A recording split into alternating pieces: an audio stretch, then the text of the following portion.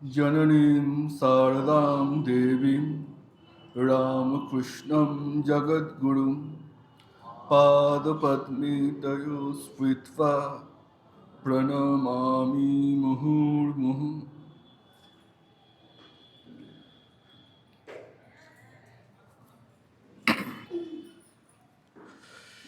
শ্রী রামকৃষ্ণদেব মায়ের সম্বন্ধে বলছেন, ও মহাবুদ্ধিমতী,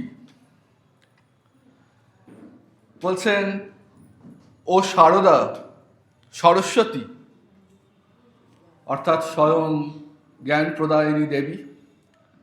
বলছেন ও এসেছে জ্ঞান দেওয়ার জন্যই। বলছেন ও কি দেশে, ও আমার শক্তি। তো ঠাকুর বলছেন যা তার নির্যাস করলে এটাই তো দাঁড়ায় যে মা জ্ঞান প্রদায়িত্রী, বুদ্ধি প্রদায়িনী। যদিও জ্ঞান এবং বুদ্ধি এই দুটি শব্দের খুব শাস্ত্রীয় ব্যাখ্যায় গেলে সামান্য কিছু ফারাক আছে, কিন্তু ঠাকুর যখন বলছেন ও বুদ্ধিমতী, আবার বলছেন ও জ্ঞান দিতে এসেছে, এক্ষেত্রে ঠাকুর জ্ঞান এবং বুদ্ধি এই দুটি শব্দকে পর্যায়বাচক শব্দ বা একই রকম অর্থ জ্ঞাপন করছে এরকমই দুটি শব্দ হিসেবে ব্যবহার করছেন। এবং মায়ের ক্ষেত্রে এটাও ভীষণভাবে প্রযোজ্য যে মা শুধু বুদ্ধি প্রদায়িনী বা জ্ঞান প্রদায়িনী বা মেধা প্রদায়িনী বা প্রজ্ঞা প্রদায়িনী নন। মায়ের কাজটা শুধু একজন মিডল ম্যানের মতো নয়। Middle man, mediator. কেউ খুব তপস্যা করেছে, আচ্ছা খুব তপস্যা করেছে, আচ্ছা ওকে আমি একটু জ্ঞান কোথাও রাখা আছে, জ্ঞানটা নিয়ে ওকে দিয়ে দিলাম। না, একেবারেই তা নয়। মা স্বয়ং জ্ঞান স্বরূপিণী, বুদ্ধি স্বরূপা। মা নিজেই জ্ঞান বুদ্ধি মেধা প্রজ্ঞার ঘনীভূত রূপ, আসল সত্তা। তার কৃপা কটাক্ষে, তার ইচ্ছা মাত্রই সাধকের জ্ঞান লাভ, বুদ্ধি লাভ, প্রজ্ঞা লাভ, মেধা লাভ হয়ে থাকে।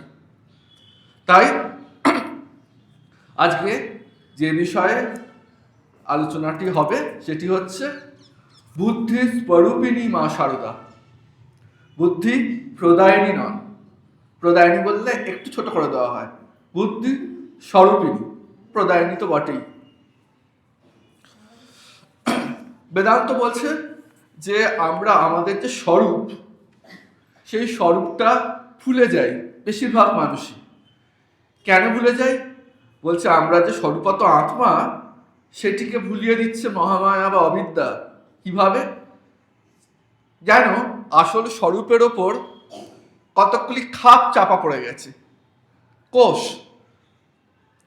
আগেকার দিনে রাজা রাজরারা তলোয়ার ব্যবহার করতেন, তলোয়ার যেটা রাখা হতো, তলোয়ার যেটা খাপ, ওটাকে কোষ বলছে। তাই যে স্বরূপ সেটি যেন একটি খাপ দিয়ে ঢাকা হয়ে গেল, তার উপর আরেকটি খাপ, তার উপর আরেকটি খাপ, যেন অবিদ্যার layers after layers after layers চাপা পড়ে গেছে। ওই পেঁয়াজের খোলার মতো ছাড়াতে ছাড়াতে ছাড়াতে ছাড়াতে শেষে আত্মতত্ত্ব পাওয়া যাবে না, পাওয়া যাবে না। অবিদ্যাগুলো সরে গেলে আত্মতত্ত্ব তত্ত্ব যেটা আপনা থেকেই সেটা ভাস্বর হয়ে উঠবে। তো সেরকম বলছে 5টা কোষ দিয়ে যেন আত্মতত্ত্ব ঢাকা পড়ে গেছে। একদম বাহ্যিক যে স্তর সেটি হচ্ছে অন্নময় কোষ। অন্নময় কোষ কেন? অন্ন বা খাদ্য দ্বারা এই কোষটি গঠিত হয়। একদম আমাদের শরীরের বাহ্য যে অংশ, চামড়া, অস্থি, মজ্জা, হাড়, মাংস, এইগুলো হচ্ছে অন্নময় কোষ। একদম যারা খুব ম্যাটেরিয়ালিস্টিক, তাদের মন সর্বক্ষণের জন্য এই কোষেই ঘোরাফেরা করে। কিন্তু বলছে এই কোষটারও অন্তরে আরেকটা কিছু আছে। অন্তর বলতে ভিতর, ভিতর বলতে এখানে বোঝানো হচ্ছে আরো সূক্ষ্মতর। এর অন্তরে যেটা আছে, অন্নময় কোষের অন্তরে প্রাণময় কোষ। এর কাজ কি? নিঃশ্বাস প্রশ্বাস, রক্ত সঞ্চালন, এই কাজগুলো এই প্রাণময় কোষে হয়ে থাকে। বলছে এরও অন্তরে একটা আছে, এর থেকেও সূক্ষ্মতর, সেটি হচ্ছে মনোময় কোষ। যেখানে মানুষের আবেগ, অনুভূতি, কামনা, বাসনা এই ক্রিয়াগুলো হয়। এবং মন অন্তঃকরণ এবং বুদ্ধিও অন্তঃকরণ, কিন্তু মনের একটা স্পেসিফিক বৈশিষ্ট্য আছে যেটা বুদ্ধির থেকে আলাদা। এই মনোময় কোষে যে মনের কাজ কি? সাউথ ক্যালকাটায় থাকি, অনেকদিন দক্ষিণেশ্বরে মাকে দেখা হয়নি, বেলুড় মঠেও যাওয়া হয়নি।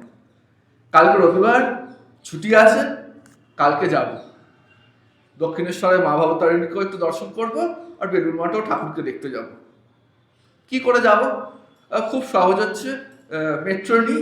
মেট্রো এখন দক্ষিণেশ্বর অব্দি হয়ে গেছে, দক্ষিণেশ্বরে নামবো, মাকে দর্শন করব, করে তারপরে সেকেন্ড হাফে বেলুড় মঠে আসবো। যখন বিকেলের দিকে বেলুড় মঠ খোলে, বেলুড় মঠে গিয়ে সাইড টেম্পলগুলো প্রণাম করে ঠাকুরের মন্দিরে এসে বসবো, ইভিনিং প্রেয়ার শুনে ফিরবো। খুব ভালো কথা। খানিকক্ষণ বাদেই মনে হচ্ছে না, বেলুড় মঠের প্রসাদ বহুকাল পাওয়া হয়নি। না, তার থেকে ভালো হচ্ছে হাওড়া স্টেশনে চলে আসি, হাওড়া থেকে ট্রেনে করে বেলুড় যাবো, বেলুড় থেকে বেলুড় মঠে আসবো, আর্লি ইন দ্য মর্নিং উঠবো, তাড়াতাড়ি চলে আসবো বেলুড় মঠে, মন্দির টন্দির প্রণাম করব, প্রসাদের কুপনটা আগে নিয়ে নেবো, নিয়ে দুপুরবেলা প্রসাদ পাবো। তারপর যখন মন্দির বন্ধ হয়ে যাবে, মানে বেলুড় মঠের গেটও বন্ধ হয়ে গেল, তখন বেরিয়ে ফেরিঘাট পার হয়ে দক্ষিণেশ্বর চলে যাব। আবার 5 মিনিট বাদে আচ্ছা না, দক্ষিণেশ্বরে আগে যাই, যাবো ঠিক হয়ে গেছে, মানে দক্ষিণেশ্বর আগে না বেলুড় আগে। মন একবার বলছে, সংকল্প করছে আগে দক্ষিণেশ্বর যাব, সেই মুহূর্তে একটা বিকল্প অপশন আসছে, না আগে বেলুড়ে যাই। এই যে মনের বৈশিষ্ট্যই হচ্ছে সংকল্প বিকল্প, প্রস অ্যান্ড কনস, অসিলেট করছে, একবার এদিক একবার ওদিক, কোনো সিদ্ধান্তে উপনীত হতে পারছি না। মন হচ্ছে সংকল্প বিকল্পাত্মক। তো এই মনোময় কোষের অন্তরে আরো সূক্ষ্মতর একটি কোষ আছে, সেটি কি? সেটি বিজ্ঞানময় কোষ। বিজ্ঞানময় কোষে বুদ্ধির প্রাধান্য, বুদ্ধিও অন্তঃকরণে আছে মনের মতোই, কিন্তু বুদ্ধি কি করছে? ওই মনের যে সিদ্ধান্তহীনতা, সেই সিদ্ধান্তহীনতাটাকে ভেঙে দিয়ে কোনো একটি স্থির সিদ্ধান্তে উপনীত হতে সাহায্য করছে। কারণ বুদ্ধি হচ্ছে নিশ্চয়াত্মিকা, না এইটাই আমি করব। তাই যাদের বুদ্ধি ঠিক ঠিক পথে অগ্রসর হয়, এই নিশ্চয়াত্মিকা বুদ্ধি, যে শাস্ত্রবাক্য, সৎবাক্য, ভালো কথা, এগুলোতে আমাদের স্টিক থাকতে সাহায্য করে। হ্যাঁ, এটা আমি জীবনে রাখবই, যা হয়ে যাক, এটা আমার প্রায়োরিটি, এর থেকে আমি কখনো বিচ্যুত হব না। মন বলে, মনের একটা অংশ প্রলোভন দেখায়, কি হবে এত করে, মানুষ তো এখন চারপাশে কিছুই করছে না, বেশ তো আনন্দে আছে। তখন এই নিশ্চয়াত্মিকা বুদ্ধি বলে, দরকার নেই ওরকম আনন্দ, ওরকম আনন্দের মুখে ঝাঁটা, অনেক হয়েছে, আমি একটু বাহ্য দুঃখেই থাকবো, কিন্তু আমি যে জিনিসগুলো আমাকে নিভৃত নীরবে আনন্দ দেয়, আমি এগুলোকে নিয়েই থাকবো। এটা হচ্ছে বিজ্ঞানময় কোষ। এবং বিজ্ঞানময় কোষেরও অন্তরে একটা আছে আরো সূক্ষ্মতর, সেটি হচ্ছে আনন্দময় কোষ। এটি আত্মার অপেক্ষাকৃত নিকটে, তাই এটা আনন্দ বেশি। যখন আমরা ঘুমিয়ে পড়ি, সেই সময় যখন সমাধিমগ্ন হন কেউ, সেই সময় এই আনন্দময় কোষের ক্রিয়া, প্রচুর আনন্দ উৎপন্ন হয়। তার ফলে ঘুম থেকে ওঠার পরে বা সমাধি থেকে বুদ্ধিত হওয়ার পরে সেই আনন্দের একটা রেস থাকে। আমরা বলি না, খুব ভালো ঘুম হয়েছে, বা কোনোদিন একটু খুব বেশি সময় ধরে নয়, খুব অল্প সময় মনটা লেগে গেছে, কনসেন্ট্রেশন লেগে গেছে, মনটা খুব শান্ত লাগছে, এইটা হচ্ছে আনন্দময় কোষ। তো এই বুদ্ধির যে কথা এলো বিজ্ঞানময় কোষে, তো বুদ্ধিকে, এই বুদ্ধি স্বরূপিণী ছিলেন মা, এবং মা গোটা জীবন ধরে যতদিন লীলানাট্যে ছিলেন ততদিন তো বটে, এবং তারপরেও মা সকলকে কৃপা করে যাচ্ছেন সৎবুদ্ধি দিয়ে। এই বুদ্ধি স্বরূপিণী মা শারদার বিষয়ে আলোচনা করতে গেলে তার আগে বুদ্ধি সম্বন্ধে যে শাস্ত্রীয় ব্যাখ্যা, সেটি একটু জেনে নিলে টেকনিক্যালি একটু সুবিধা হয়।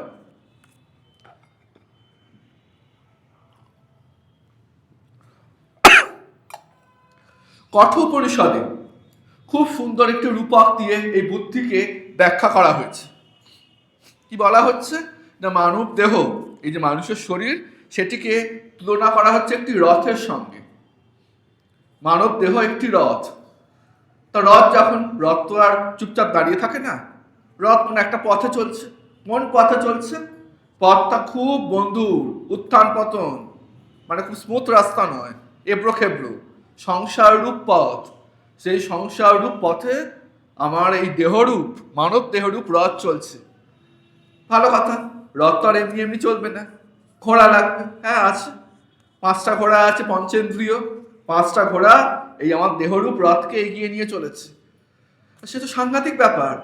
5টা ঘোড়া চলেছে, 3টে ঘোড়ার একটা মোড় এলো, মানে এই ধরুন এই মোড়ে গেলাম, আমার 3টে ঘোড়া বললো না আমি যাবো শালকিয়ায়, 2টো ঘোড়া বললো না আমি যাবো বালি, তো মহা অনর্থ হয়ে যাবে, রথ উল্টে যাবে। তাহলে ঘোড়াগুলোকে তো লাগাম দিতে হবে। হ্যাঁ আছে, মন হচ্ছে লাগাম, আর বুদ্ধি সারথি। তো বুদ্ধি রূপ যে সারথি রূপ যে বুদ্ধি, সে মন রূপ লাগাম দিয়ে এই আমাদের 5টা ইন্দ্রিয়কে কন্ট্রোল করছে।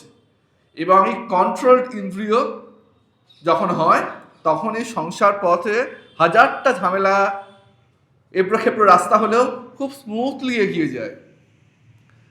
এবং সারথি তো হলো, সারথি কি পাগল? সারথি এমনি এমনি চালায়? টোটোতে যখন যায় ওরা আপনি চালিয়ে, হ্যাঁ যখন বাড়ি ফিরে যাওয়ার রাত্রিবেলা তখন হয়তো একাই যাচ্ছে, নাহলে কাউকে নিয়ে যায়। হ্যাঁ, তো রথের একজন রথীশ আছেন, তিনি হচ্ছেন পরমাত্মা। ওই সংসাররূপ রাস্তায় স্থিতধী মন, লাগাম দেওয়া ইন্দ্রিয়, ঠিক ঠিক বুদ্ধি দিয়ে যদি কেউ যেতে পারে, তাহলে ওই রথীশ যিনি আছেন, রথীশ, সেই আত্মাকে চেনার পথে তিনি আস্তে আস্তে এগিয়ে যাবেন। ভগবদ গীতায় ভগবান বলছেন বুদ্ধি 3 রকম।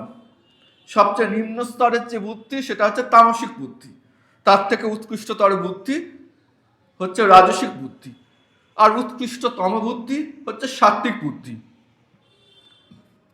তো বলছে যে প্রবৃত্তিঞ্চ নিবৃত্তিঞ্চ কার্যা কার্যে ভয়াভয়ে বন্ধম মোক্ষঞ্চ ইয়া ব্যক্তি বুদ্ধি সা পার্থ সাত্বিকী।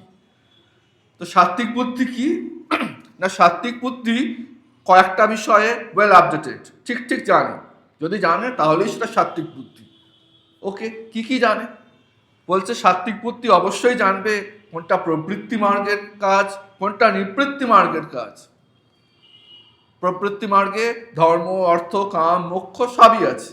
নিবৃত্তি মার্গ মানে শুধু মোক্ষ চাই, সম্পূর্ণ ত্যাগ। কোনটা প্রবৃত্ত মার্গের পথ আর কোনটা নিবৃত্তি মার্গের পথ, এ বিষয়ে খুব সুস্পষ্ট ধারণা থাকবে। বেশ, তারপরে কি থাকবে? কার্যা কার্যে, কাজ কোনটা, অকাজ কোনটা, বিহিত কর্ম, কোন কাজগুলো আমাদের অবশ্যই করা উচিত, এবং তার সাথে সাথে নিষিদ্ধ কর্ম, কোন কাজগুলো একেবারেই করা উচিত নয়, এবং তার সাথে সাথে অকাজ, কিছু কাজ থাকে না যেগুলো কুকাজ নয় কিন্তু অকাজ। এই কোন কাজের সম্বন্ধে একটা সুস্পষ্ট ধারণা থাকবে, এবং কোন কাজ জীবনে অর্থ প্রদান করে, অর্থ মানে মানি নয়, ভালো ফল নিয়ে আসে, এবং কোন কাজ অনর্থ নিয়ে আসে সেটাও জানবে সাত্ত্বিক বুদ্ধি। এবং সাত্ত্বিক বুদ্ধি অবশ্যই জানবে বন্ধন কি এবং বন্ধনের কারণ কি কি, এবং মুক্তি কি, মুক্তির কারণগুলোই বা কি কি। এগুলো যদি কারোর মধ্যে থাকে তাহলে সেই ব্যক্তি সাত্ত্বিক বুদ্ধির অধিকারী। মা যদিও বুদ্ধি প্রদায়িনী, তথাপি মাকে যদি আমরা মানবীয় দৃষ্টিকোণ থেকে দেখি, তাহলে দেখবো মায়ের গোটা জীবন জুড়ে মা একদম সাত্ত্বিক বুদ্ধি ধরে চলেছেন। এই প্রত্যেকটি মা একদম ঠিক ঠিকভাবে বুঝতেন, সেটি পরে আলোচিত হবে। এছাড়া তৈত্তেরীয় উপনিষদ, সেখানেও একটি রূপকের মাধ্যমে বুদ্ধিকে ব্যাখ্যা করা হচ্ছে। তৈত্তেরীয় উপনিষদ বলছেন যে বুদ্ধি হচ্ছে একটা পাখি। তাহলে এই পাখির দেহের বিভিন্ন অংশ আছে, তেমনি বুদ্ধিও অনেকগুলো জিনিসের সমাহার। বেশ, তো বুদ্ধি রূপ যে পাখি, মানে পাখি রূপ যে বুদ্ধি, সেই পাখির যেটা মস্তক, মাথার অংশটা, সেটি হচ্ছে শ্রদ্ধা। তার 2টো পাখা আছে, বাম পক্ষ এবং ডান পক্ষ। সেই 2টো পক্ষ কি? একটা হচ্ছে সত্য আর একটা হচ্ছে ঋত। বেশ, পাখির শরীরের যে মধ্যখানের যে অংশ শরীরের, সেটি হচ্ছে যোগ। এবং পাখির যে পুচ্ছ বা লেজ সেটি হচ্ছে মহত্তত্ত্ব। অর্থাৎ বুদ্ধি কি? বুদ্ধি মানে সেখানে শ্রদ্ধা থাকবে, সত্য থাকবে, ঋত থাকবে, যোগ থাকবে এবং মহত্তত্ত্ব থাকবে। বেশ, তার শ্রদ্ধাটা কি? অপরোক্ষ অনুভূতি বলছে নিগমাচার্য বাক্যেষু ভক্তি শ্রদ্ধেতি বিশ্রুতা। শ্রদ্ধা কি? শ্রদ্ধা হচ্ছে নিগম এবং আচার্য বাক্যে ভক্তি। নিগম বাক্য হচ্ছে মানে বেদ বাক্য, যেগুলো শাস্ত্র বাক্য। শাস্ত্র বাক্যে যদি কারোর ভক্তি থাকে এবং আচার্যদের যে বাক্য তারা যা বলে গেছেন তাতে যদি ভক্তি থাকে, এই দুটো জিনিসের প্রতি ভক্তি থাকলে সেটাকে বলা হবে শ্রদ্ধা। বিবেক চূড়ামণিও তাই বলছেন, আচার্য বাক্যে শ্রদ্ধা এবং শাস্ত্র বাক্যে শ্রদ্ধা। এবং বিবেক চূড়ামণি তার সাথে আরেকটাও বলছে যে শাস্ত্র বাক্যে এবং আচার্য বাক্যে বিচারপূর্বক শ্রদ্ধা, এবং এই শ্রদ্ধা যদি থাকে তা আমাদের আত্মতত্ত্ব লাভের সহায়ক হয়। তাহলে বিচারপূর্বক শ্রদ্ধাটা কি? তার মানে কি আমরা ভাববো, বিচার করব, আচ্ছা এই যে শাস্ত্র যা বলছে এটা কি ঠিক না ভুল? ঠাকুর যা বলে গেছেন, আচার্য বাক্য কি? ঠাকুর, মা, স্বামীজি, জিসাস ক্রাইস্ট, মোহাম্মদ, বুদ্ধদেব, তারা যা বলে গেছেন, আচার্য বাক্য, অবতার বাক্য, তাহলে ওরা কি এটা ঠিক বলছেন না ভুল বলছেন? এইটা বিচার মানে তো এটাই বোঝায়। বিচার মানে কি এটাই বোঝাচ্ছে? না, এই বিচার করতে বলছেন না। এখানে বলছে যদি সম্পূর্ণ বিশ্বাস চলে এলো তো ভালো, যদি না আসে তাহলে বিচার করব শাস্ত্র বাক্য, সে তো অনাদিকাল অনন্তকাল ধরে চলে আসছে, পরীক্ষিত সত্য। বহু মানুষ এই শাস্ত্র বাক্য অনুসরণ করে সাধনায় সিদ্ধি লাভ করে গেছেন, তারা সেটা বলে গেছেন। তাদের এই সিদ্ধি লাভ শাস্ত্র বাক্যকে, তার সত্যতাকে আরো পুস্টেড করেছে। তাহলে এটা যখন পরীক্ষিত সত্য, আমি চোখ কান বুঝে এটাই ফলো করব। অল্প বিচার করার পর আমরা সেই পথেই এগিয়ে যাব। বিবেক চূড়ামণি বলছেন, ছান্দোগ্য পরিষদও আছে। উদ্দালক তার ছেলে শ্বেতকেতুকে বলছে শ্রদ্ধাস্য সৌম্য, শ্রদ্ধাবান হও। এবং স্বামীজিও মানে বহুবার বহু জায়গায় বলেছেন শ্রদ্ধাবান হওয়ার কথা। গীতা বলছেন শ্রদ্ধাবান লভতে জ্ঞানম। এবং মজার বিষয় হচ্ছে সংস্কৃত যে শ্রদ্ধা শব্দ, তার ঠিক মানে যথার্থ ইংরাজি প্রতিশব্দ নেই। আমরা ইন জেনারেল হয়তো রেসপেক্ট বলবো, কিন্তু শ্রদ্ধা বলতে ঠিক রেসপেক্ট নয়। রেসপেক্টের থেকেও আরও অনেক মাল্টিলেয়ার্ড, আরও অনেক ইন্টেন্স, আরও অনেক বহুমাত্রিক। অনেকটা হতে পারে respect plus reverence plus regards plus dedication plus loyalty plus surrender. এই সব কিছু মিলালে যে কনোটেশন বা যে ভাবটা আসে, সংস্কৃত শ্রদ্ধা খানিকটা সেইটার কাছাকাছি। তো এই হলো শ্রদ্ধা, বুদ্ধির একটি অংশ শ্রদ্ধা। বুদ্ধির অন্য দুটি অংশ কি? সত্য এবং ঋত। ঋগ্বেদ বলছেন ঋতম চা সত্যম চা অবিদ্ধ তপস্য অধ্যজায়তে। ঋত এবং সত্য জন্ম হলো কোত্থেকে? না প্রজ্বলিত তপস্যা থেকে। তপস্যা থেকে শুধু নয়, আমরা বলি না অগ্নির মতো, মানে প্রচণ্ড তপস্যা করেছে, প্রচণ্ড প্রজ্বলিত তপস্যা থেকে ঋত সত্য আসে। স্বাভাবিক তো, প্রতি মুহূর্ত তো আমরা প্রলোভনের মধ্যে দিয়ে চলি। একটু মিথ্যে বললে কি আমার ক্ষতি হয়? সত্যতে স্থির থাকা খুব শক্ত, আর ঋত তো আরো বড় কথা। গৌড়পাদ মান্ডুক্য কারিকায় বলছেন মিথ্যা কি? মিথ্যা হচ্ছে সত্য অপোজিট, মানে যেটা মিথ্যা তার অপোজিটটা সত্য। গৌড়পাদ মান্ডুক্য কারিকায় বলছেন যে শুরুতে বা প্রথমে যা থাকে না, অন্তে বা শেষে যা থাকে না, দুইয়ের মধ্যবর্তী কোনো সময় যা স্থিতি, সেটাই হচ্ছে মিথ্যা। অর্থাৎ যা তিন কালে নয়, তিন কালে যেটা পাওয়া যায় না সেটাই মিথ্যা। যা সত্য সেটা তিন কালেই থাকবে, তিন কালেই সত্য। এবং সত্য এবং ঋতর মধ্যে ফারাক কি? সত্য বলতে আমরা বাচিক সত্য বোঝাই, সত্য কথা বলছি, শুধুমাত্র বাচিক, এটা সত্য। ঋত বলতে সেটা মানসিক সত্য হতে পারে না, মানসিক সত্যই। আরও বিশদে গিয়ে বললে অনেকটা এরকম, কায় মনোবাক্যে বলি না আমরা, কায়িক মানসিক বাচিক তিন রকম সত্য, এইটা হচ্ছে ঋত। এবং এই যে বুদ্ধির কথা হচ্ছে, নিশ্চয়াত্মিকা বুদ্ধি, মন সংকল্প বিকল্প করছে, বুদ্ধি একটা ফার্ম ডিসিশন এনে দিচ্ছে। এই ফার্ম ডিসিশন আমাদের শাস্ত্র বাক্যে ঠিক থাকতে সাহায্য করে, তাই এটাও ঋত। এবং বৈদিক যুগের প্রথম দিকে প্রকৃতির যে একরূপতা, এটাকে ঋতু বলা হতো। একরূপতা মানে এই এখন সন্ধ্যাবেলা, পর রাত হবে, রাতের পর দিন, আবার দিনের পর রাত, আবার রাতের পর দিন, এই যে কন্টিনিউয়াস যে একটা মেশিনারি সিস্টেমের মতো চলছে, এটাকে ঋতু বলছে। পরবর্তীকালে যখন মন্ত্র এলো বৈদিক যুগের পরবর্তী সময়ে, তখন বলছে এই বিশ্বজাগতিক শৃঙ্খলাটা তো ঋতু বটেই, তার সাথে সাথে নৈতিক শৃঙ্খলা, মোরাল যে অর্ডার, সেটাও ঋতুর মধ্যে চলে আসবে। তাহলে পাখি, তৈত্তরী পরিষদ বলছে পাখি বুদ্ধি যদি হয় একটা পাখির মতো, যার মাথা শ্রদ্ধা, দুটো পাখা হচ্ছে সত্য ঋত, সেই পাখির মধ্যভাগটা হচ্ছে যোগ। যোগ কি? চিত্তবৃত্তি নিরোধ। চিত্তবৃত্তির মতো, ঢেউয়ের মতো বারবার আলম্বন খুঁজে বেড়াচ্ছে, এই আলম্বন থেকে আরেকটা পরবর্তীতে একটা অন্য আলম্বন, একটা আধার চাই, একটা ম্যাট্রিক্স চাই, কিপ অন চেঞ্জিং, সারাক্ষণ চেঞ্জ হতে থাকছে। আর চিত্তবৃত্তি নিরোধ মানে সমস্ত বিষয় থেকে মনটা গুটিয়ে এনে আমি কনসেন্ট্রেট করার চেষ্টা করছি। সেটা যদি আরও মেডিটেশন হলে আরও বাড়ে, তারপর ধীরে ধীরে সেটা সমাধি হয়। সমাধিরও নানাবিধ স্তর আছে। তো চিত্তবৃত্তি নিরোধ হচ্ছে যোগ। আর পাখি যে লেজটা বলছে মহত্তত্ত্ব, মহত্তত্ত্ব হচ্ছে সাংখ্য দর্শন অনুসারে যে জগৎ যখন সৃষ্টি হচ্ছে, তা জগতের আদি কারণ। এটা আত্মতত্ত্ব পুরোটা নয়, কিন্তু আত্মতত্ত্বের অনেক কাছাকাছি। তাই মহত্তত্ত্ব জানলে আত্মতত্ত্ব জানারও সেটা সহায়ক হয়। তো বুদ্ধি বলতে তাহলে কি বোঝায়? শ্রদ্ধা প্লাস ঋত প্লাস সত্য প্লাস যোগ প্লাস মহত্তত্ত্ব। তো এই গেল শাস্ত্রীয় ব্যাখ্যা বুদ্ধি কি। এখন বুদ্ধির স্বরূপিণী মা শারদা নিয়ে এখন যদি আলোচনা অগ্রসর হয়, ঠাকুর বলেছেন ও মহাবুদ্ধিমতী। ঠাকুর বলছেন ও শারদা সরস্বতী জ্ঞান দিতে এসেছেন। ঠাকুর বলছেন ও কি দেশে, ও আমার শক্তি।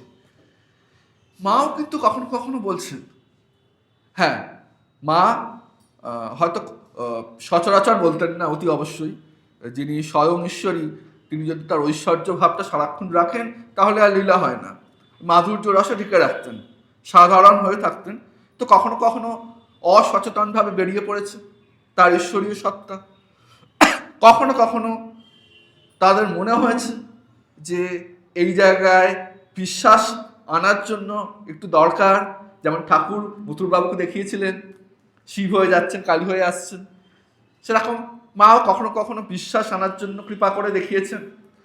আর কখনো কখনো ঘ্যান ঘ্যানামির জন্য, সারাক্ষণ ঘ্যান ঘ্যান ঘ্যান ঘ্যান করে যাচ্ছে। বাচ্চারা সারাক্ষণ মায়ের পেছু পেছু ঘোরে না, তখন মা বিরক্ত হয়ে গিয়ে কি চায়, অর্থাৎ এখন আমি বলতে যাচ্ছিলাম 4 আনা চাইছে, এখন আর 4 আনার কোনো ভ্যালু নেই। আইসক্রিম খাবো, বারবার চাইছে টাকা, ছুঁড়ে দিন, যা নেই, যা ইচ্ছা কর। তেমন মাকে এরকম অনেকেই আছে, মা তুমি কে বলো, না না বলবো না বলবো না, শেষে বলছেন লোকে বলে কালী। এরকম মা কখনো কখনো ভক্তর নাছরবান্দা ভক্তিতে, এরকম নাছরবান্দা হওয়াটা খারাপ না, এরকম নাছরবান্দা হওয়া ভালো। এই কারণেও কখনো কখনো মা বলে ফেলেছেন। এরকমই একটি উদাহরণ যেখানে মা বলছেন যে তিনি সরস্বতী। সুরেন্দ্র সেন, সুরেন্দ্র সেন স্বামী বিবেকানন্দকে বলেছিলেন আমি আপনার কাছে দীক্ষা নিতে চাই। স্বামীজি রাজিও হয়েছিলেন, কিন্তু দীক্ষার দিনে একটি অদ্ভুত ঘটনা ঘটল। স্বামীজি সেদিনকে বাকি আর যাদের দীক্ষা ছিল তাদের সকলকে দীক্ষা দিলেন, কিন্তু সুরেন্দ্র সেনকে ডেকে বললেন যে দেখ, ঠাকুর বললেন যে তোকে যে দীক্ষা দেবে সে আমার থেকে অনেক বড়, মানে তোর দীক্ষা পরে হবে। তো সুরেন্দ্র সেন একটু আপসেট হয়ে গেলেন এবং মনে মনে ভাবলেন স্বামীর চেয়ে বড় আর কি হবে। হ্যাঁ, যদি ঠাকুর থাকতেন তাহলে ঠাকুর হতে পারেন, তো ঠাকুর তখন আর শরীরে নেই।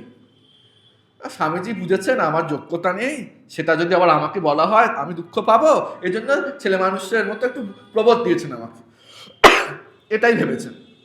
আরেকটা মন খারাপ নিয়ে বাড়ি ফিরে এসেছেন। তো 3 দিন বাদে সুরেন্দ্র সেন একদিন রাত্রিবেলায় স্বপ্ন দেখছেন। কি স্বপ্ন দেখছেন? যে তিনি ঠাকুরের কোলে বসে আছেন। ঠাকুরকে চিনতেন। কেন? কারণ ঠাকুরের যখন সেই সময়টা ঠাকুর শরীর চলে গেছে ঠাকুরের, ফলত ঠাকুরের যে ছবি সেটা তখন মোটামুটি প্রচার পেতে শুরু করেছে। কিন্তু মায়ের ছবি তখনও প্রচার পায়নি, কারণ ঠাকুরের সন্তানেরা এবং মায়ের সন্তানেরা জানতেন যে মায়ের যখনই প্রচার শুরু হবে মা আর এই জগতে থাকবেন না, লীলা খেলা শেষ করে চলে যাবেন। তাই এই জগৎ কল্যাণার্থে মা আরো বেশি দিন শরীরে থাকুন, এটা ভেবেই ওরা চেষ্টা করতেন মায়ের ছবি বেশি বাইরে প্রচার না করতে। ফলত মাকে সন্ন্যাসীরা আর কিছু ঘরোয়া ভক্তরা ছাড়া বেশি কেউ চিনতেন না। হ্যাঁ, জানতেন যে পরমহংসদেবের সহধর্মিণী এখনো আছেন, এটা জানতেন, সেটাও যে খুব বেশি ডিটেলে সবাই জানতেন তা নয়। ঠাকুর আর স্বামীজি এইটুকুই।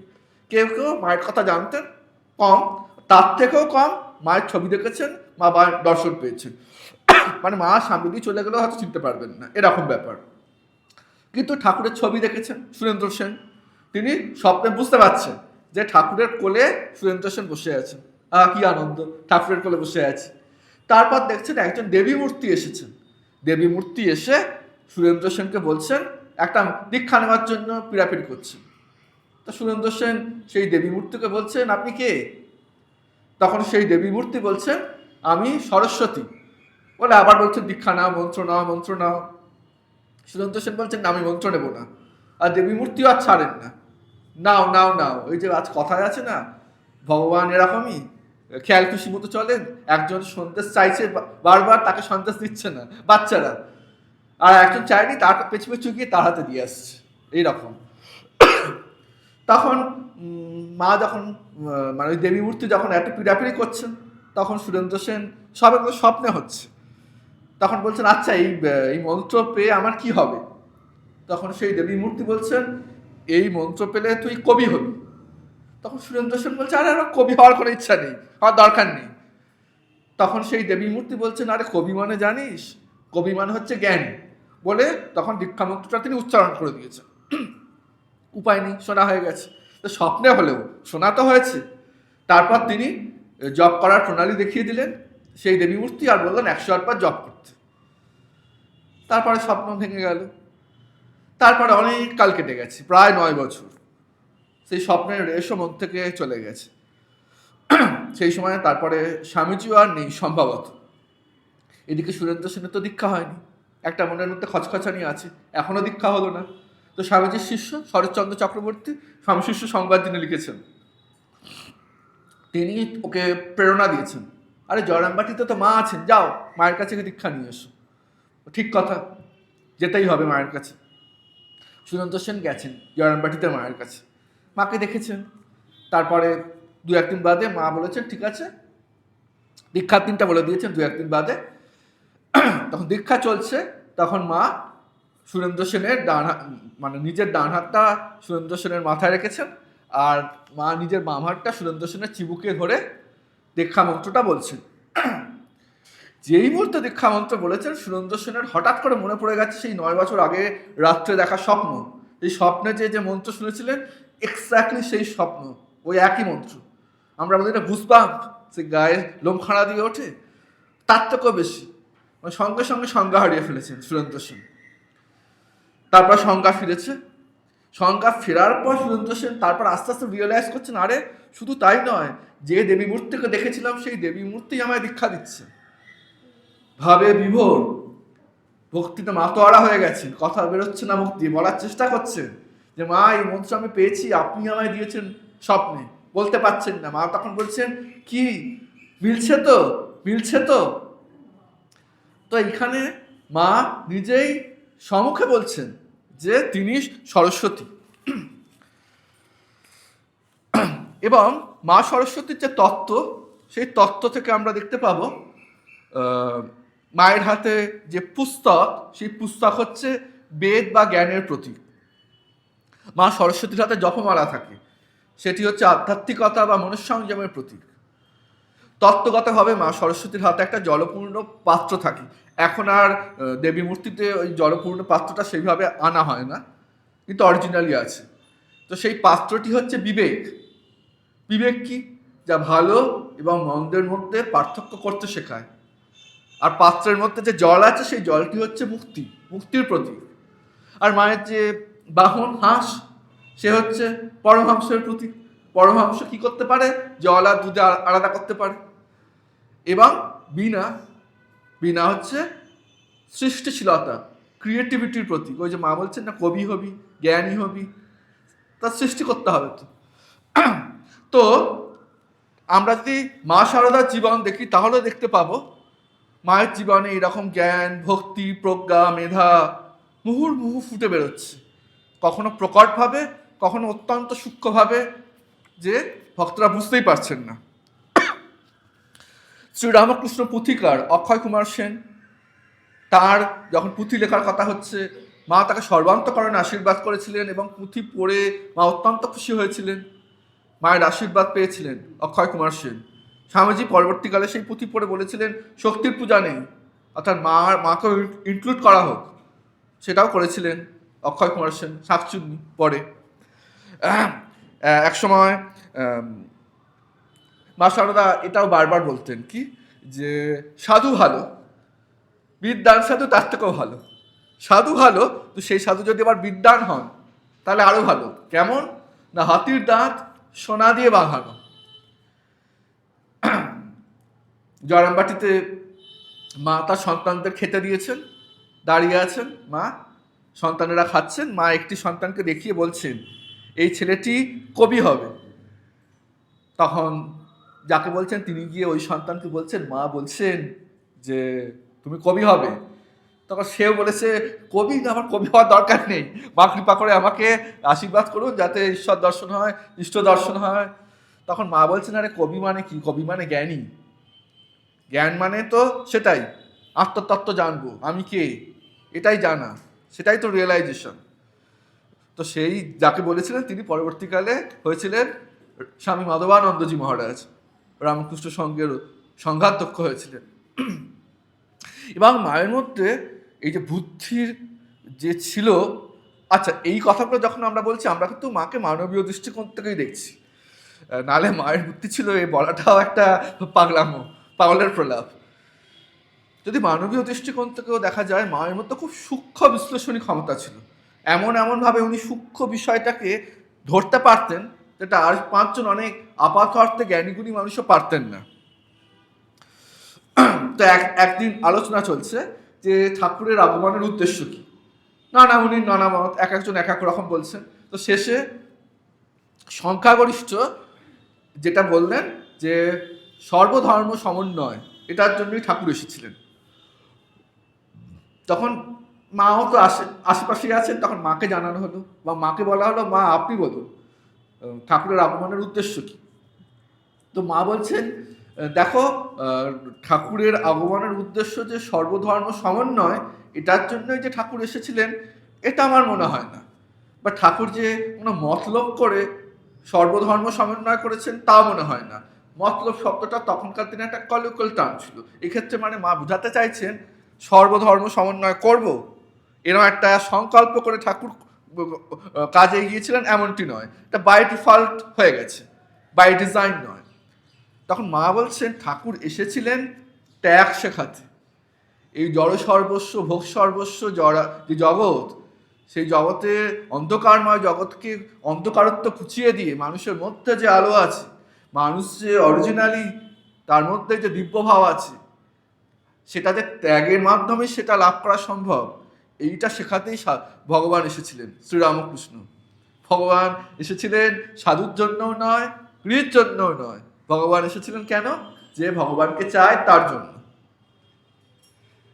তো যখন মা বলেছেন সকলেই খুব চমৎকৃত হয়েছে, ঠিক ঠিক ঠিক তাই তো, মাকে সুন্দর সূক্ষ্মভাবে জায়গাটা ধরলেন। আবার এটাও খুব একটা বিখ্যাত ঘটনা, ফার্স্ট ওয়ার্ল্ড ওয়ার শেষ হয়েছে, 14 দফা দাবি, এই সমস্ত মানে যেগুলো সন্ধি চুক্তি, সিসফায়ার লাইন, এই সমস্ত চলছে। মাকেও বলা হচ্ছে উড্রো উইলসন, 14 দফা দাবি ইত্যাদি ইত্যাদি যখন বলা হচ্ছে, তখন মা বলছেন দেখো ওদের সবই মুখস্থ, অন্তস্থ নয়। মানে কি অসাধারণ প্রজ্ঞা! মানে তো চিরকালীন সত্য তাই, ক্ষমতাধর রাষ্ট্র তাদের দ্বন্দ্ব সে তখনও প্রথম বিশ্বযুদ্ধ, দ্বিতীয় বিশ্বযুদ্ধ, Gulf war, Vietnam, Israel, Russia, Hormuz প্রণালী, ইসরায়েল, ইরান, আমেরিকা, এই চলছে। কে ঠিক কে ভুল সেটা সম্পূর্ণ অন্য ইস্যু। মানে কোথাও তো সেই শান্তি হোক, এটা তো কোথাও ঠিকভাবে চাওয়া হচ্ছে না। সবই তাই মুখস্থ, অন্তস্থ নয়। মানে একদম ঠিক ধরতে পারছে। মানে সত্যি সত্যি ওই নিজের ভেতরে কে আছেন, আমি কে এটা বুঝলেই তখন বোঝা যায় আমার মধ্যেও সেই নারায়ণ, আর আমার সামনে যারা আছে তারাও সব নারায়ণ। এই বুঝলে তখন মনে হবে আর দরকার নেই, আমার তেলও দরকার নেই, আমার সোনাও দরকার নেই, আমার কে পারমাণবিক কষ্ট করছে কে করছে তা সব তুচ্ছ হয়ে যায়, জগৎ তুচ্ছ হয়ে যায়। তারপরে আরেকটি ঘটনা, সিস্টার নিবেদিতা এবং সিস্টার ক্রিস্টিন, তারা তাদের নিয়ে যে মায়েদের যে মজলিস বসতো সেখানে খুব হাসি ঠাট্টা মজা হতো। তো একবার সেখানে মা আছেন, গোলাপ মা, যোগিন মা, লক্ষ্মী দিদি, মানে সবাই আছেন। তো নিবেদিতা এবং ক্রিস্টিন তারা দুজনে ইউরোপে যেভাবে বিয়ে হয়, বিয়ে করার পদ্ধতি, সেটা তারা অ্যাক্ট করে দেখাচ্ছেন। মানে দুজনের মধ্যে একজন হচ্ছে বর, একজন হচ্ছে বউ, কি কি কি বলে পুরোটা অভিনয় করে দেখাচ্ছেন, সবাই খুব মজার সাথে সেটা দেখছেন। তো দেখতে দেখতে এক সময় ওরা যে সংকল্প বাক্য নেন, মানে আমাদের এখানে যেমন হয় যদিদাম হৃদয়ম তব, যদিদাম হৃদয়ম মম, ওদেরও একটা সংকল্প বাক্য আছে, সেই অংশটা এসছে। সেখানে বলছে যে সম্পদে বিপদে, দারিদ্র্যে ঐশ্বর্যে, রোগে শাস্তি, যতদিন না মৃত্যু আমাদের বিচ্ছিন্ন করে ততদিন পর্যন্ত আমরা একে অপরের থাকবো, এরকম কথা একটা এসছে। সবার খুব ভালো লেগেছে, আহা কি অপূর্ব সত্য। মানে একদম ভালোটাও যদি খুব ভালো হয়, আবার খারাপটা যদি খুব খারাপও হয়, দুজন মিলে সব কিছু ভাগ করে নেবো, একে অপরের হাতটা ধরে থাকবো, এটাই মূল কথা। সবাই খুব আনন্দ পেয়েছে, কি সুন্দর কথা, শাশ্বত সত্য।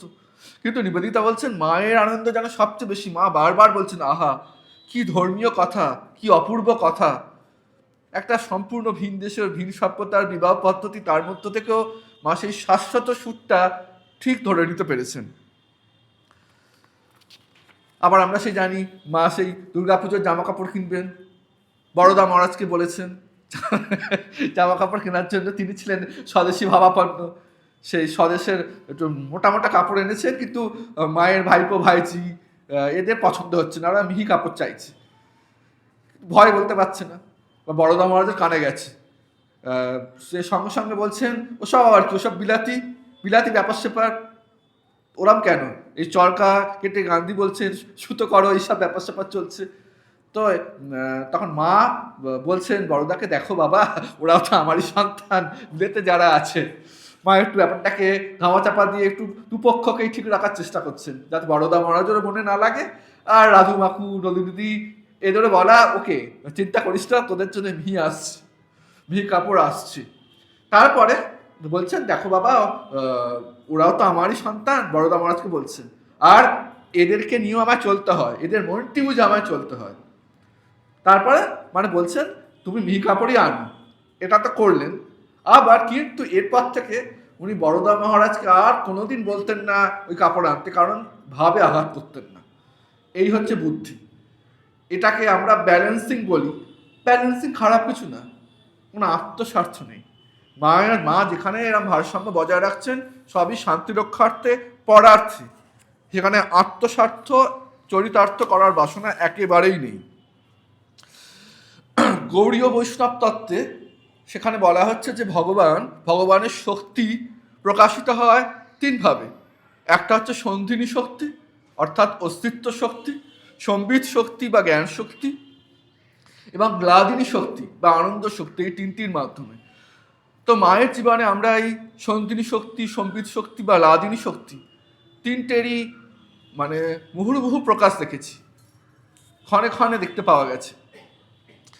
তো এই প্রকাশগুলোকেই যদি বুদ্ধির যে বৈশিষ্ট্যসমূহ, সেই বৈশিষ্ট্যগুলোকে ধরে ধরে মায়ের জীবনের এই বুদ্ধির প্রকাশ ঘটছে কিভাবে, আনন্দের প্রকাশ ঘটছে কিভাবে, অস্তিত্ব বা জ্ঞান শক্তি, দুই শক্তি, আনন্দ শক্তি, তিন প্রকার শক্তির প্রকাশ কিভাবে ঘটছে, সেটির যদি একটু আলোচনা করা যায়, সেই আলোচনা আমরা দেখতে পাবো ওই যে বলা হচ্ছে প্রবৃত্তি মার্গ এবং নিবৃত্তি মার্গ, এই দুই সম্বন্ধে সুস্পষ্ট ধারণা থাকতে হবে।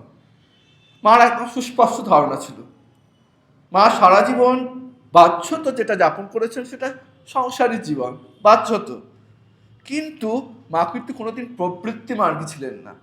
মার কাছে ধর্ম অর্থ কাম মোক্ষ নয়, চিরকাল মার কাছে মোক্ষই একমাত্র লক্ষ্য ছিল। লক্ষ্য ছিল কেন? মাকে মানবীয় দৃষ্টিভঙ্গি থেকে বলছি তাই। মা ঠাকুর ওরা তো এসেছেন আমাদের শেখাতে, যার যার আচরিত শ্রেষ্ঠ তার তার দেবতারু জানাহা, সয়াত তারা যেটা আচরণ করছেন ওটাই বাকিরা করবে। তিনি শিক্ষা দিচ্ছেন। মায়ের আচরণে দেখতে পাই মা আদর্শ সন্ন্যাসিনী তো বটেই, এবং আদর্শ গৃহী। মানে গৃহীও যে নিবৃত্তি মার্গী হতে পারেন তার চরম উৎকৃষ্ট উদাহরণ হচ্ছে মা। কেন নিবৃত্তি মার্গী? কেন? শাঙ্কর ভাষ্য অনুযায়ী নিবৃত্তি মার্গ মানে কর্মত্যাগ। তো স্বামীজি যখন বলছেন নট নেসেসারিলি কর্মত্যাগই হতে হবে তা নয়, বরং কর্ম করছি ভগবত প্রীতির জন্য, নিজের কোনো সেখানে স্বার্থ নেই। রামকৃষ্ণ মঠ মিশনের যে পরম্পরা, গুরু পরম্পরা, সেখানে আমরা এইভাবেই কাজ করার চেষ্টা করি। করে ফেলি বলাটা ঠিক নয়, কেউ কেউ তো নিশ্চিতভাবে করেন। ওই জন্য বেটার টু সে এই ভাবটা নিয়ে কাজ, নিঃস্বার্থভাবে করা, আসক্তিহীনভাবে করা। এবং মা এইভাবে নিঃস্বার্থভাবে নিরাসক্তভাবে চিরকাল কাজ করে গেছে। তাই তিনি নিশ্চিতভাবে নিবৃত্তি মার্গে বা অভ্যুদয়ের পথেই হেঁটেছেন, নিশ্রেয়সের পথেই হেঁটেছেন। অভ্যুদয় আমার এই চাই ওই চাই এই পথে কোনোদিনই হাঁটেননি। কিন্তু সেই মা অন্য কাউকে যখন বুদ্ধি প্রদান করছেন, কোনো সমাধান দিচ্ছেন, তখন কিন্তু ধাত বুঝে, সংস্কার বুঝে, পরিস্থিতি বুঝেই তাকে সমাধান সূত্র দিচ্ছেন। কাউকে কাউকে বলছেন, কেউ সন্ন্যাসী হতে চায় তাকে প্রেরণা দিচ্ছেন, আশীর্বাদ করছেন। আবার কাউকে কাউকে বলছেন সংসারী হও, সবই তো দুটি দুটি, হাত দুটি পা দুটি, তাহলে সংসারও করো, এটা বলছেন। শ্রীশচন্দ্র ঘটক তিনি সন্ন্যাসী হতে চেয়েছিলেন, ত্যাগের পথ নিতে চেয়েছিলেন। মা তাকে বলেছিলেন না, তুমি সংসারে থাকো, আদর্শ গৃহী হও। ব্রহ্মচারী অশোক কৃষ্ণের বাবা যখন মারা যান তখন তাকে বলছেন, তোমার বাবা যদি টাকা রেখে না যেতেন তাহলে আমি বলতাম যাও গিয়ে মায়ের সেবা করো, তার রক্ত খেয়ে বড় হয়েছ, তিনি এত কষ্ট করে মানুষ করেছেন, তাকে দেখাটাই তোমার ধর্ম। কিন্তু যেহেতু বাবা টাকা রেখে গেছেন ফরচুনেটলি আর যেতে হয়নি। এই যে যাকে যে উপদেশ দেওয়া দরকার তাকে সেই রকমই দিচ্ছেন, ঠিক ঠিক বুদ্ধি। এবং মা কর্তব্য অকর্তব্য এই বিষয়টাও খুব ভালো বুঝতেন। তিনি নিজে জীবনভর তো সবসময় বিহিত কর্মই করেছেন, বরং যারা নিষিদ্ধ কর্ম করেছেন বা অনর্থকারী কর্ম করছেন তাদেরকে ক্ষমার পথ তপস্বিনী মা তাদের মোড় ফিরিয়ে দিচ্ছেন, কৃপা করছেন, তাদের সৎ পথে নিয়ে আসছেন। এরকম উদাহরণ প্রচুর আছে। এবার কর্তব্য অকর্তব্য কাজের ক্ষেত্রেও দেখা যায়, এই যে সংসারের ক্ষেত্রে মা অপচয় একদম পছন্দ করতেন না। তরি তরকারি কাটতেন, খোসাগুলো রেখে দিতেন, কারণ পশু যারা আছে গৃহপালিত পশু তাদের দেওয়া হবে। মা বলছেন যার যেটি প্রাপ্য তাকে সেটি দিতে হয়। যেটা মানুষে খাচ্ছে না সেটা গরুর জন্য রাখো, গরু খায় না ওটা কুকুরের জন্য রাখো, গরু কুকুর কেউ খায় না ওটাকে পুকুরে দাও, মাছেরা খাবে। অপচয় করতে নেই। এবং এই নিষিদ্ধ কর্ম না হলেও, কুকর্ম না হলেও অকর্ম হচ্ছে সূচিবাই। মা সূচিবাই একদম পছন্দ করতেন না, বলতেন শুধু তাই নয়, বলতেন সূচিবাই হচ্ছে মারাত্মক ব্যাধি। নলিনীদি একবার চান টান হয়ে গেছে, আবার চান করতে যাচ্ছে, কি কারণ? বলছে কাকে প্রস্রাব করেছে। মা বলছে এত বয়স হয়ে গেল কাকে যে এবার প্রস্রাব করে কোনোদিন শুনিনি বাপু। বলছে চরম অশুদ্ধ, এত অশুদ্ধ মন, বারবার স্নান করি। ওরা সূচিবাই তাই, নিজের শরীরটাকে ভাবছে অসুচি, জল দিচ্ছে দিচ্ছে দিচ্ছে, সাবান ঘষছে ঘষছে ঘষছে, আর শুদ্ধ হয় না। মা তখন নিজের উদাহরণ দিচ্ছে, গ্রামের পথে হাঁটতে হাঁটতে আমি কত শুকনো বিষ্ঠা মারিয়েছি, সঙ্গে সঙ্গে বলেছি গোবিন্দ গোবিন্দ, ব্যাস। মা বলছেন মনেতেই বদ্ধ বদ্ধ, মনেতেই মুক্ত, মনেতেই শুদ্ধ, মনেতেই অশুদ্ধ, মনটাই আসল। আবার মা কিরকম কর্তব্য অকর্তব্য, গৃহী কর্তব্য এক, সন্ন্যাসীর কর্তব্য আলাদা, কোন সময় কি কর্তব্য করা উচিত সে বিষয়ে একদম ঠিক ঠিক সুপরামর্শ দিতেন। তার আরেকটি প্রমাণ হচ্ছে যখন বেলুড় মঠে দুর্গাপুজো শুরু হলো, স্বামীজি তন্ত্রোক্ত মতে পুজো করতে চাইলেন। মা বললেন হ্যাঁ করো, তুই সঙ্গে সঙ্গে বলছেন বাবা প্রাণী হত্যা করো না, পশু বলি দিও না। কেন? বলছেন তোমরা সন্ন্যাসী, সর্বভূতে অভয় প্রদান করা তোমাদের কাজ, তাই সবগুলো করো কিন্তু প্রাণী হত্যা করো না। ওই জন্য আমাদের এখানে আখ বলি, চাল কুমড়ো বলি, এইভাবে সেটাকে করা হয়। আবার মার এই বুদ্ধি, জ্ঞান, মেধা, প্রজ্ঞা, এর সাথে একসময় হৃদয়, কৃপা, করুণা, এগুলো মিশে গিয়ে সব অপূর্ব অপূর্ব কোলাস তৈরি করতো। মানে এগুলো ভাবা যায় না। মানে এর থেকেই বোঝা যায় মা ঈশ্বর ছিলেন। মা একজনকে বলছেন, কি বলছেন, অন্য একজনকে উদ্দিষ্ট করে বলছে, দেখেছো ওই লোকটা ওর যে উপপত্নী আছে তার কি সেবাই না করেছে, আহা একেই বলে সেবা, একেই বলে টান। এখন উপপত্নী রাখা তো কোনো কালে খুব একটা গ্লোরিফাই করার মতো ব্যাপার নয়, কিন্তু মা ওইটাও উদাহরণ হিসেবে দিচ্ছেন। হ্যাঁ, ব্যক্তির জীবন পথে চলার ক্ষেত্রে কোনো একটা ভুল আছে, কিন্তু সে ভুল পথে গিয়েও কোনো একটা ভালো কাজ করছে, সেই ভালো কাজটুকু নাও, সেটাকে অ্যাকনলেজ করো। বলছেন আহা কি সেবা, কি টান। মা হয়তো বলতে চাইছে মানুষের প্রতি এরকম টানই তো একটা সময় কি হয়, যখন আসক্তি চলে যায় এই টান ঈশ্বরে সমর্পিত হয়, উৎসর্গীকৃত হয়। আবার জয়রামবাটিতে কলপাড়ায় একটি ডোমের মেয়ে, তার আবার যে উপপতি ছিল সে তাকে ছেড়ে দিয়ে চলে গেছে। তখন মা তাকে বলছে, দেখো ও তোমার জন্য সর্বস্ব ছেড়েছি, তুমি ও এতদিন ধরে সেবা নিয়েছো, এখন যদি তুমি ওকে ত্যাগ করো তাহলে কিন্তু তোমার মহা অনর্থ হবে, নরকেও স্থান হবে না। এইভাবে বলছেন। এবার যখন মা সন্তানদের খাওয়া দাওয়া নিজে হাতে করাতেন, এঁটো পরিষ্কার করতে গোলাপ মা বলছেন, আহা মা 36 জাটের এঁটো কুড়োচ্ছে। মা একদম ভেতর থেকে স্পন্টেনিয়াসলি বলছেন 36 কোটা, সবই তো এক, ভক্তের কি জাত আছে। তারপরে অর্থকারী কর্ম, অনর্থকারী কর্মর ক্ষেত্রেও একই জিনিস। এবং এক্ষেত্রে বলতে হয় মায়ের মধ্যে একটা আধুনিকতা ছিল।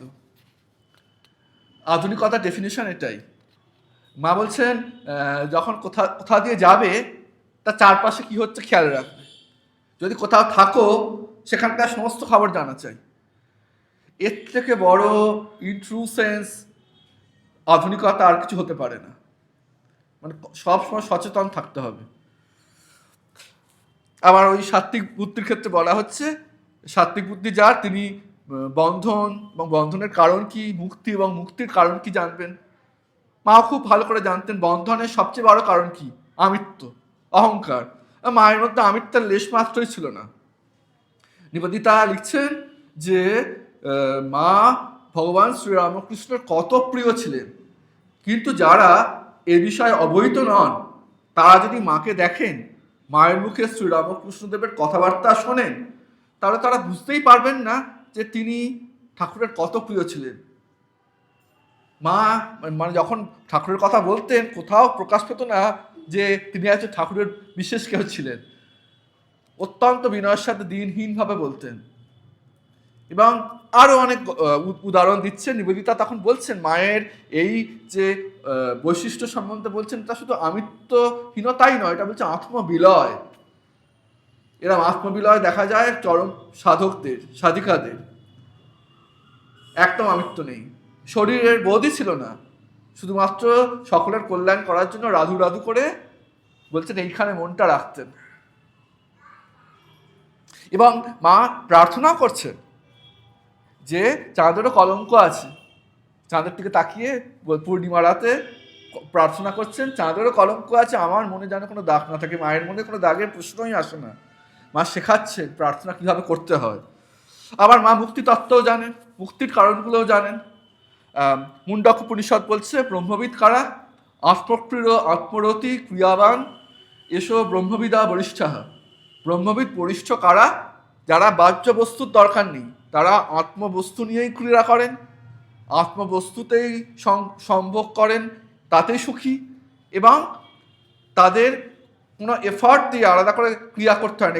এখানে ক্রিয়া বলতে জপ ধ্যান বা ঈশ্বর পরায়ণতা, তাদের ওটা স্বতঃস্ফূর্তভাবে আসে। এরা হচ্ছেন ব্রহ্মবিদ বরিষ্ঠ। আর মা তো ব্রহ্মবিদ বরিষ্ঠ নন, মায়ের কৃপায় মানুষ ব্রহ্মজ্ঞানী হন। এবং মা বলছেন যে আমার যা করার আমি ওই সময় মানে দীক্ষার সময় করে দিয়েছি, কিন্তু এখন যদি চাও, করে তো দিয়েছি, দেহান্তে হবে। তো যদি এখন চাও তাহলে কি করতে হবে? তাহলে খাটো। শান্তি যদি পেতে চাও, ওই গল্পটা আছে, তুরীয়ানন্দজি মহারাজ বলছেন তোমরা সবাই কল্পবৃক্ষ তলায় আছো, এখানে যদি থাকো, সারা জীবন ধরে থাকো, একদিন না একদিন তোমার কাছে সেই ফল একটা দুটো পড়বেই। কিন্তু যদি তোমার এতটাই জ্বালা যে এখনই চাই, এইরকম যদি মনোভাব হয়, তাহলে তোমার গাছটা ধরে একটু ঝাঁকাতে হবে, নাড়া দিতে হবে, তাহলে পড়বে। কিন্তু মা বলছেন আমি করে দিয়েছি। যারা দীক্ষা দিয়েছেন তাদের তো বটেই, আর যাদের আনুষ্ঠানিক দীক্ষা ওইভাবে দেননি, মায়ের জগৎজোড়া সব সন্তানদের মুক্তি মায়ের হাতেই ঠিক করা আছে। কিন্তু এখনই যদি জানতে চাও তাহলে খাটতে হবে, এটাই বলছেন। এবং মায়ের যে করুণা কত, ওই একইভাবে উদ্বোধনের যে ঝুল বারান্দা আছে ওখানে বসে আছেন, এবং অপোজিটে যে বাড়িগুলো আছে সেখানে একটা বাড়িতে চূড়ান্ত আমোদ প্রমোদের ভোগের পসরা বসেছে, ভেতরে গান বাজনা হচ্ছে। তা একজন ব্যক্তি ভেতর থেকে শুনতে পাচ্ছে একজন আরিকণ্ঠের গান বাজনা হচ্ছে, সে চাইছে সেই চূড়ান্ত ভোগের যে পসরা যেখানে আছে সেখানে প্রবেশ করতে, বেচারা ঢুকতে পারছে না, এই জানলা ওই জানলা করছে। মা তখন আরেকজনকে ডেকেছেন, ভক্ত মহিলাকে ডেকে বলছেন দেখো মা দেখো, হাসছেন, হাসতে হাসতে বলছেন দেখো এই জানলা ওই জানলা করছে, বেচারা ঢুকতে পারছে না। তারপর মা বলছেন আহা মোলো গো, ছটফটিয়ে মোলো গো বলে হাসছেন। এবং তারপরেই মা শেখাচ্ছেন জীবনে জগতে যা কিছু আছে প্রত্যেকটি জিনিসেরই স্পিরিচুয়ালাইজেশন, অধ্যাত্মকরণ। ঠিক পরের মুহূর্তেই বলছেন আহা ভগবানের জন্য যদি এই টানটা হতো গো, ওই যে মার মুখ থেকে বেরোচ্ছে কে বলতে পারে, মেবি সেই মুহূর্তে কৃপা বর্ষিত হয়েছে তার প্রতি, তার ওখানেই কৃপা কটাক্ষে মুক্তি হয়ে গেছে, সেই মুহূর্তে না হলে পরবর্তীতে। এবং বুদ্ধির সাথে সত্যের একটা সম্পর্ক আছে, সত্যবাদিতার একটা সম্পর্ক আছে। আমরা দেখেছি ঠাকুর এ বিষয়ে একবারে ছেলে মানুষের মতো, ওসব মাস্ক ছিল না ঠাকুরের, যা মনে আসছেন বলে দিচ্ছে। কাউকে পছন্দ না হলে বলছেন এই বাবু তোমার আমার ভালো লাগছে, তুমি মানুষ ভালো নাও, তোমার মধ্যে ঢং আছে এরকম বলছে। মা অনেক ব্যালেন্সড, মা অপ্রিয় সত্য বলতেন না, তো প্রয়োজনে কিন্তু মা কখনো কখনো সত্যবাদিতা এইভাবেও প্রকাশ করছেন। বলরাম বাবু তো একজন মানে আমাদের রামকৃষ্ণ যে ভক্ত পরম্পরা তাতে একজন খুব চিহ্নিত ব্যক্তি, তার স্ত্রী অত্যন্ত কাছের মায়ের। তো একবার কি হয়েছে কি, একবার কোনো একটা ব্রহ্মচারীর সাথে বলরাম বাবুর স্ত্রীর কোনো একটা বিষয় খটামটা লেগেছে কিছু একটা, তার খুব রাগ হয়েছে, গিয়ে বলেছে মাকে বলেছে হ্যাঁ আমার সাথে এরকম হয়েছে, ও থাকলে আমি আর আসবো না। মা আপনার একটা সেকেন্ড সময় নেননি, সঙ্গে সঙ্গে বলছেন হ্যাঁ তোমার যদি না হাসতে হয় এসো না, ওরা সব কিছু ছেড়ে আমার কাছে এসেছে, ওকে তো আমি ত্যাগ করতে পারবো না। এই স্পষ্টবাদিতা এরকম। তা বলে কি বলরাম বাবু শ্রী মায়ের নিকট ছিলেন না, ভীষণ কাছের ছিলেন। তো এইরকম বুদ্ধি, এইরকম সত্যবাদিতা মায়ের ছিল। এবং যোগারুড়া, আত্মসমাহিতা, সারাক্ষণ পরম তত্ত্বে মায়ের মন যে সমাহিত হয়ে আছে তাই থাকতো। একবার মায়ের শিষ্য ছিলেন এবং মায়ের সেবকও ছিলেন স্বামী শান্তানন্দজি মহারাজ, তাকে পরবর্তীকালে একজন কোনো সাধু জিজ্ঞাসা করেছেন আচ্ছা মহারাজ আপনি কখনো মায়ের সমাধি হয়েছে দেখেছেন? এই প্রশ্নের প্রেক্ষাপটটা কি? এই কথামৃত খুললেই আমরা কি দেখতে পারি, পাতায় পাতায় ঠাকুরের সমাধি হচ্ছে, যখন তখন সমাধি হচ্ছে। সাধ্য সাধনা করতে হচ্ছে না ব্রাদার, ঠাকুরকে সাধ্য সাধনা করতে হচ্ছে কি জন্য? যারা স্থির ভূমিতে থাকেন, মন সারাক্ষণই এত উঁচুতে। তাই ঠাকুরের এরকম হতো, মায়ের হতো না, এই হয়তো ঠিক বলা যায় না, একটু কায়দা করে প্রশ্ন করছে স্বামী শান্তানন্দজিকে, আচ্ছা মায়ের কিরাম সমাধি হতো? শান্তানন্দজি বুঝতে পেরেছেন প্রশ্নর মোটিভটা কি, একদম খুব উত্তেজিত হয়ে উচ্চ কণ্ঠে বলছেন তুমি আমার মাকে কি ভেবেছো বলো তো? এরপর অনেক কথা বলছেন, কিন্তু ওই প্রথম যে শব্দটা তুমি আমার মাকে কি ভেবেছো বলো তো, মানে এত মিষ্টি, মানে এত টান মায়ের প্রতি। আমার মা বলছে আমার মাকে কি ভেবেছো বলো তো? মা কি আর পাঁচজন সাধিকার মতো? যে তার সবার সর্বসমক্ষে তার সমাধি হবে, মায়ের কৃপায় অন্য মানুষের সমাধি হয়। তারপর বলছেন যে ঠাকুরের যে সাত্ত্বিক বিকার হয়েছিল, এই ভাবে মাতোহারা গড় গড় ভাব, জানো যে জগদম্বা মহাশক্তির কৃপা পেয়েছিলেন, মানে মাই জগদম্বা, মায়ের কৃপায় ঠাকুরের সমাধি হতো। বলছে মূর্খ, বুঝতে পেরেছ? এইভাবে বলছেন। এবং মাকেও স্বামী ঈশানানন্দজি মহারাজ একবার জিজ্ঞাসা করেছিলেন, মা আপনাদের কি আপনাদের স্বরূপটা মনে থাকে সব সময়? মা বলছেন, দেখো সব সময় তো মনে থাকে না, তাহলে আর এরকম কাজকর্ম চলে না, কিন্তু সামান্য একটু ভাবলেই দপ করে জেগে ওঠে স্বরূপ, মানে দপ করে সামান্য ভাবলেই, বেশি ভাবতে হচ্ছে না, সামান্য ভাবলেই দপ করে জ্বলে উঠছে। মা তো রাধু রাধু করে মনটাকে নামিয়ে আছেন, মানে সামান্য একটু ভাবলেই তার স্বাভাবিক সত্তা মা বুঝে ফেলছেন। কিন্তু বলছেন এই সমস্ত কাজকর্ম নিয়ে থাকতে গেলে সারাক্ষণ মনে থাকলে তার কাজ হবে না। তারপর অন্যত্র আরেক সময় বলছেন, হ্যাঁ এক সময় মাঝে মাঝে ভাবি লক্ষ্মীর নারায়ণের পাশে লক্ষ্মী হয়েছিলাম, তারপরে এরম দেখাচ্ছেন এরম সামনে হাত দিয়ে, এই দেখো এই সমস্ত নিয়ে আছি, মানে এই সুরবালা, পাখিমামি, রাধু, এরকম সব গুণধর ভাই। তারপর ইভেন সাধু সন্ন্যাসীদেরও এক একজনের এক এক রকম ভাব, এই সমস্ত কিছু নিয়ে আছি। আছে কি করে? আমি তো নাহলে তো বৈকুণ্ঠে নারায়ণের পাশে লক্ষ্মী হয়েছিলাম, এই কথা বলছেন। এবং মা খুব শ্রদ্ধাবান ছিলেন, এবং যারা সন্ন্যাসী সন্তান মায়ের তাদেরকেও মা খুব মান দিতেন। কেন? এই গেরুয়া পোশাকটিকে। এবং শেষ করছি যেটি দিয়ে, সেটি হচ্ছে বালক ভাব। যারা ঈশ্বর, তারা তাদের ঐশ্বর্য ঢেকে রাখেন, তাদের জীবনে একটা বাল্যভাব সবসময় দেখা যায়, ছেলে মানুষী ভাব। ঠাকুরের জীবনে এটা খুব দেখা গেছে। নিবেদিতা বলতেন যে ঠাকুর কেমন না, কোন একটি ডোমেস্টিক হাউসে সবচেয়ে বাচ্চা ছেলেটি যে সে হচ্ছে ঠাকুর। কেন? বলছে সে বাচ্চা ছেলেটিকে আপাত অর্থে মনে হয় ইনসিগনিফিকেন্ট একজন পার্সন, কিন্তু ওকে কেন্দ্র করেই সমস্ত কিছু চলছে। বাবা ভাবছেন এত রোজগার করছি, ওকে স্কুলে পড়াবো, এই টাকাটা রেখে দিচ্ছি, পরে বড় হয়ে এই পড়বে। মা ভাবছেন এইটা রাঁধবো, বাবু আমার এই খাবে, খুকি আমার এরপর এইটা পড়বে, এইটা রান্না করে দিই, খেতে ভালোবাসে। আবার এগুলো বলে রাখা ভালো, মা রান্না করবে আর বাবা কাজ করবে, আমি ওইভাবে বলিনি। এটা একদম উদাহরণ ভিত্তিক বলা, ভাবার্থে নিতে হবে। দাদু ঠাকুমা ছেলেপুলে যখন ছিল, ছেলে মেয়েকে খুব শাসন করতো, কিন্তু নাতি অন্তঃপ্রাণ, তাকে শাসন করা যাবে না, মানে he or she is the most important person in the house. তো ঠাকুর এরকম। আর বাচ্চার কাছে কি করে? বাচ্চার কাছে কেউ কিছু চায় না। কেউ বলে আমাকে দাও, এটা মজা করে বলে, তুমি একটা লজেন্স খাচ্ছ, আমাকে একটা দাও, ওটা আনন্দ করে। কিন্তু সিরিয়াসলি বাচ্চার কাছে কেউ কিছু চায় না, তাকে দিয়েই সবাই আনন্দ পায়। তেমনি নিবেদিতা বলছেন ওই মায়ের কৃপায় আর এক বুদ্ধিমতী ছিলেন। নিবেদিতা সেই মায়ের কৃপায়, মায়ের আশীর্বাদে সেই প্রজ্ঞা, মেধা, বুদ্ধির অধিকারিণী ছিলেন। নিবেদিতা বলছেন ঈশ্বরের কাছেও এরমভাবে যেতে হয়, চাইবো না, ঈশ্বর বাচ্চা ছেলে, তাকে সব দিতে হবে। শ্রীরামকৃষ্ণ ছিলেন তাই। আর মা তোর ভাব ঢেকে রাখতে পারতেন, মাও বাচ্চা মেয়েই বটে, তো ঢেকে রাখতে পারতেন। মাতৃভাবটাই বেশি প্রকাশিত হয়েছে। মায়ের যে কন্যা ভাব, সেটাও একবার দুবার ফুটে বেরিয়েছে।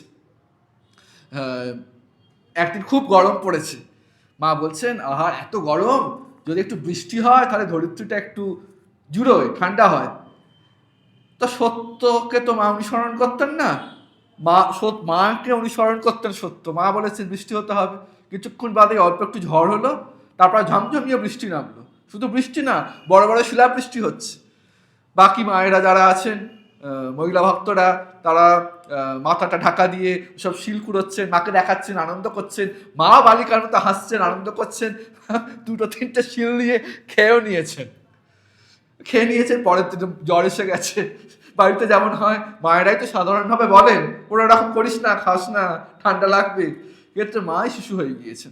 এরকম অজস্র উদাহরণ আছে। মা এবং রামময় মহারাজ একসাথে রুটি করছেন, কেউ বলেছে যে মায়ের রুটি যতটা ফুলছে, রামময়ের রুটি তার থেকে বেশি বেশি ফুলছে। মা বলছে কি, এই রুটি করে করে আবার বয়স হয়ে গেলে এত চুল পেকে গেল, আর রামময় বাচ্চা ছেলে, ও ওর রুটি আমার থেকে ভালো হচ্ছে, ঠিক আছে আমি আর রুটি করবো না, রামময় করুক। বাচ্চাদের মতো অভিমান। রামময় মহারাজ তিনি তো মহান্ত প্রাণ ছিলেন। পরবর্তী জীবনে জয়রামবাটিতে তার কাছে সব ভক্তরা যেত, মানে এখন আমরা বলি প্রাউড ফুলার, মানে ওই সময় যখন মায়ের সন্তানেরা আছেন ওখানে জয়রামবাটিতে, বেলুড় মঠে কি হতো একটু মানে বিশেষ বিশেষ সময় ছাড়া তো দেখা করা যেত না। জয়রামবাটিতে ওই যখন রামময় মহারাজ বসতেন এক জায়গায়, ভক্তরা চারপাশে ঘিরে বসে আছে, বা সাধু ব্রহ্মচারীরা। আর রামময় মহারাজ বলতেন, আচ্ছা আমি পরে ভেবেছি বহুবার, এই মায়ের কি লীলা, মানে আমার সাথে মা একটা একটা কম্পিটিশন করছেন, যেন অভিমান করছেন। আর রামময় মহারাজ সেই সময় খুব অপ্রস্তুত পড়ে গেছে, বলছে আর কি, না না না না আমারটা আপনারটাই ভালো মা। তা বলছে কে বলেছে? যে বলেছে মা মায়ের থেকে আমারটা ভালো হচ্ছে, বলছে কোথায় হচ্ছে, আমার থেকে মায়েরটা ভালো হচ্ছে। মাকে বোঝানোর চেষ্টা করছেন প্রবর্তী। তো ঠাকুরের মতো মায়ের জীবনেও এইরকম বাল্যভাব বালিকাভাব অনেক সময় দেখা গেছে। এবং রবীন্দ্রনাথ ঠাকুর তার শান্তিনিকেতনের প্রবন্ধমালায় এক জায়গায় লিখছেন যে আধ্যাত্মিকতা কি হয় না, আধ্যাত্মিকতা আমাদের জড়তা, আমাদের ঔদাসীন্য ঘুচিয়ে দেয়। তখন কি হয়, চেতনার দ্বারা চেতনাকে, আত্মার দ্বারা আত্মাকে আমরা চিনতে পারি। এবং যখন আমরা ঠিকভাবে এই চিনতে পারি, তখন দেখি তার সব কিছুতেই আনন্দময়, আনন্দ ভরে আছে। মৃণালিনী দেবী পত্র লিখেছেন মাকে, মা আমরা কি পথ হারালাম, আমি কি পথ হারালাম? মা জবাবি পত্রে উত্তর দিচ্ছে, পথ হারাবে কেন মা, পথ খুঁজে পেয়েছে বলেই তো এখানে এসেছো। তো আমরা সবাই পথ খুঁজে পেয়েছি, তাই এখানে এসেছি। বুদ্ধিস্বরূপিণী মা শারদার কাছে এই প্রার্থনা, মা আমাদের চিরকাল আমৃত্যু মার্গদর্শন করান, শুধু মার্গদর্শন করান নন, হাত ধরে এগিয়ে নিয়ে যান, আমাদের মধ্যে বিবেক বৈরাগ্য জ্ঞান ভক্তি প্রদান করুন। কারণ তিনি জ্ঞান স্বরূপিণী, মেধা স্বরূপিণী, বুদ্ধি স্বরূপিণী মা শারদা। সেই বুদ্ধি স্বরূপিণী মা শারদাকে মুহুর্মুহুর প্রণাম জানাই। শ্রী শারদার প্রণামস্তু।